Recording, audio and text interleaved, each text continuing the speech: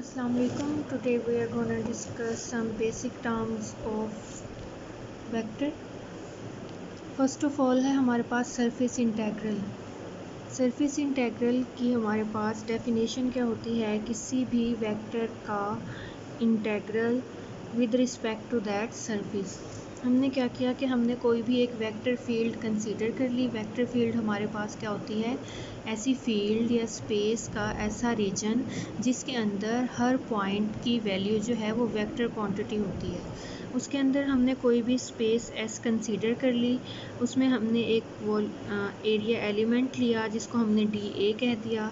Now we know that कि किसी भी एरिया एलिमेंट का जो डायरेक्शनल वेक्टर होता है वो उसके परपेंडिकुलर होता है। तो ये हमारे पास एरिया एलिमेंट है डी ए, और ये डी ए का हमारे पास डायरेक्शन वेक्टर है।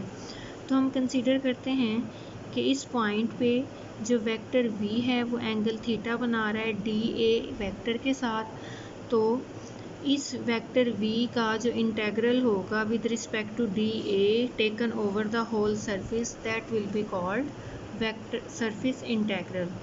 Surface integral will be v dot D A taken over the whole surface, और v और डी ए के दरमियान एंगल थीटा है, तो ये क्या बन जाएगा, v D A cause of theta.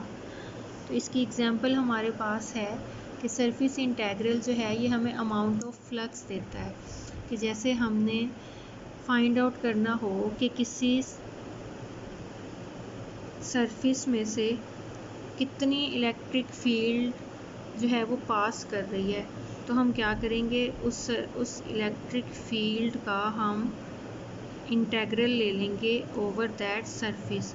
तो वो हमें बताएगा number of lines passing through that surface. ये जो सरफेस इंटेग्रल है ये हमें क्या देता है, flux through any surface. Next है हमारे पास लाइन इंटेग्रल।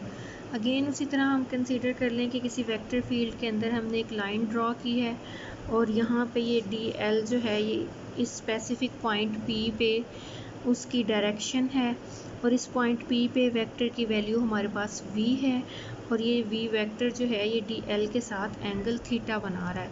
तो आपका वेक्टर इंटेग्रल क्या होगा, 0 से a तक हम अगर इंटीग्रेशन ले लेंगे इस v डॉट डी एल की, तो ये आपका हो जाएगा line integral v dot D L taken over from 0 to a। तो v और डी एल के दरमियान आपका एंगल कॉज ऑफ थीटा बन रहा है, तो आपके लाइन इंटेग्रल की वैल्यू हो जाएगी 0 से a v D L cos theta. और इसकी हमारे पास एग्जांपल होती है सिंपली वर्क डन। जब हम कैलकुलेट करते हैं work done by a variable force या वर्क डन अलोंग सम कर्व्ड पाथ, तो हम क्या करते हैं, पूरे पाथ को जो है वो स्मॉलर डी एल एलिमेंट में जो है डिवाइड कर देते हैं, और उसका फोर्स के साथ हम डॉट प्रोडक्ट लेके इंटीग्रेशन ले लेते हैं ओवर द होल पाथ। वो हमारे पास आ जाता है total work done from one point two the other point. फिर है हमारे पास वेक्टर ऑपरेटर या ऑपरेटर। इसको हम डेल्टा से शो करते हैं। एक डेल्टा हमारे पास होता है इस टाइप का, इस डेल्टा का मतलब होता है change in something, difference in something, और ये वाला जो डेल्टा है ये हमारे पास एक वेक्टर क्वांटिटी है, वेक्टर ऑपरेटर है, और इसकी डेफिनेशन है हमारे पास कि ये हमें देगा rate of change something along the all three direction of the space. Partial over partial x means partial derivative of any quantity with respect to x axis या x dimension, plus partial over partial y plus partial over partial z। कि अगर आपके पास space of reason में 3 dimension में कोई vector मौजूद है, 3 dimension में कोई स्केलर या कोई वेक्टर मौजूद है, तो उसका जब आप इंटीग्रेशन डेरिवेटिव लेंगे, partial derivative with respect to x axis, with respect to y axis, with respect to z axis, that will be your del operator। तो डेल ऑपरेटर को जो है वो हम 3 तरह से अप्लाई कर सकते हैं। अगर डेल ऑपरेटर को हम अप्लाई करें किसी स्केलर क्वांटिटी पे, तो हम इसे कहते हैं ग्रेडियंट। अगर डेल ऑपरेटर का डॉट प्रोडक्ट लें हम किसी वेक्टर के साथ, तब हम इसे कहते हैं डाइवर्जेंस। अगर डेल ऑपरेटर का क्रॉस प्रोडक्ट लें हम किसी वेक्टर के साथ, तब हम इसे कहते हैं कर्ल ऑफ दैट वेक्टर। फिर है हमारे पास लेवल सरफेस। लेवल सरफेस क्या होती है? ऐसी सरफेस जिस पे आपकी क्वांटिटी की, जो आपकी क्वांटिटी ऑफ ऑब्जर्वेशन है, जो आपकी क्वांटिटी का पैरामीटर है, जिसके हर पॉइंट पे ये वैल्यू जो है वो सेम रहे, इसको हम कहते हैं लेवल सरफेस।